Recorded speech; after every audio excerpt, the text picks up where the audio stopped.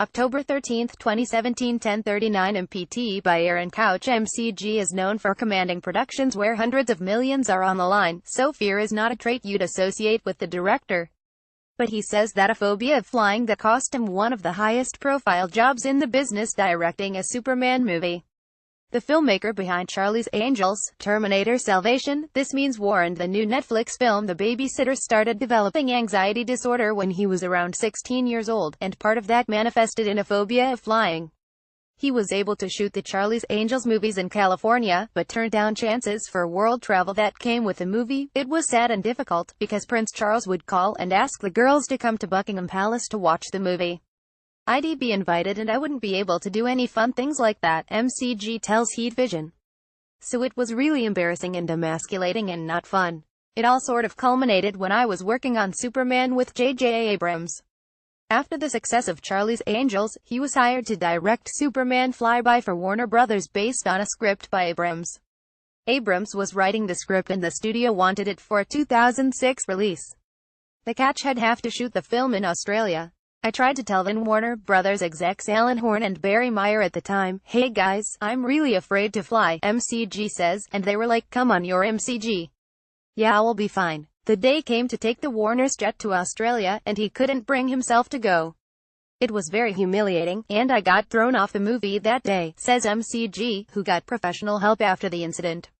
It just sort of resulted in my going to see two ladies who specialize in this sort of thing at UCLA, and I slowly put one foot in front of the other, and I've now been around the world many times and fly all over the place and try to never go 2 weeks without getting on a plane. Now McG has channeled getting over his fears into his latest project, The Babysitter, streaming Friday on Netflix. The horror comedy movie follows Cole Judah Lewis, a boy who is afraid of everything, from driving lessons to being left home alone, and is one of the last kids his age to still need a babysitter. Unfortunately for him, his babysitter Samara Weaving has a taste for murder and satanic rituals. In a conversation with Heat Vision, McG also talks about his buzzy, producing projects he's producing through his Wonderland banner True Lies, the Amy Schumer movie I Feel Pretty, and why now was the right time to go from making $150 million blockbusters to a smaller-scale project for Netflix. Your young star Judah Lewis is quite good. How did you find him? It was a lengthy experience, sort of interviewing every kid you could find the world over. You just need that magic in a bottle. You see it in Stand By Me. Those kids obviously went on to do great things. Obviously the kids in Stranger Things. Then here come the kids in it.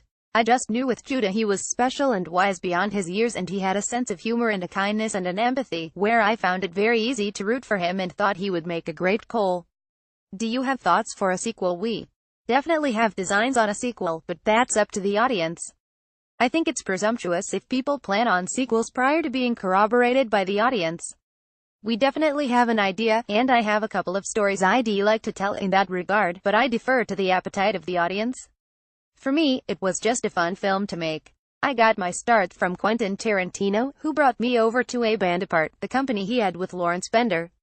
I was making music videos and commercials for him. He's a tremendous influence, and this is the closest film I've been able to do that shows how much Quentin means to me. It's a little bit of a grindhouse movie, and it's definitely a mashup of styles.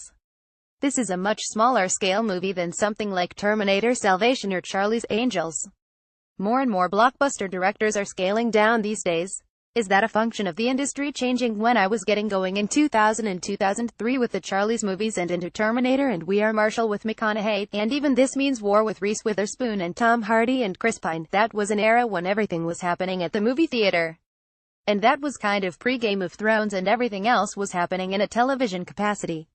It was also a time when you had to be a rich person to have a big screen television hanging on your wall and surround sound.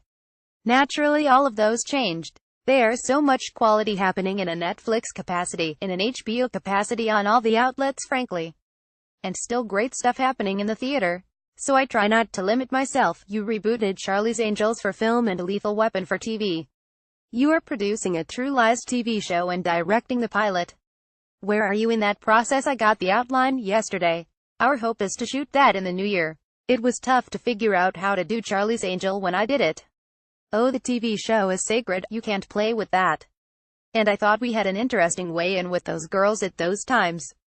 Now I think Elizabeth Banks will find an interesting way in on her terms for her own Charlie's Angels movie. The same thing with Lethal Weapon. Now we go again with True Lies, which I think is an evergreen concept. Fundamentally, you think you know everything about your spouse or partner, and you come to realize you don't.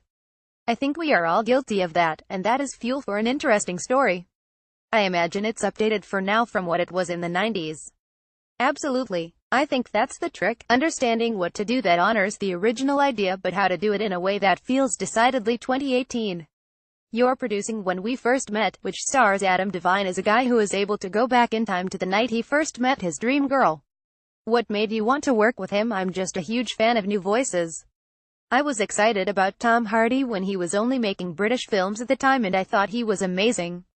You look at Adam and Workaholics and everything he is doing with his comedic voicing, I thought it would be a great opportunity to make a film he is starring in. I feel the same way about Amy Schumer. We just wrapped photography on a film we produced. The Amy Schumer film, I Feel Pretty, is out in 2018. What's the message of that? The message of the film is very simple. Amy Schumer's character bumps her head falling off a bike at SoulCycle, and all of a sudden, she thinks she's beautiful, but nothing's changed. And the irony, of course, is the world does change in the way that it responds to her, just as a function of her changing the way she sees herself. And that's the message. It's about how you feel, it's not about how you really look. Beauty is interior, and that was the message of the movie, and I think that's custom tailored to what Amy brings. And hopefully people come to realize that. The Babysitter is streaming now on Netflix.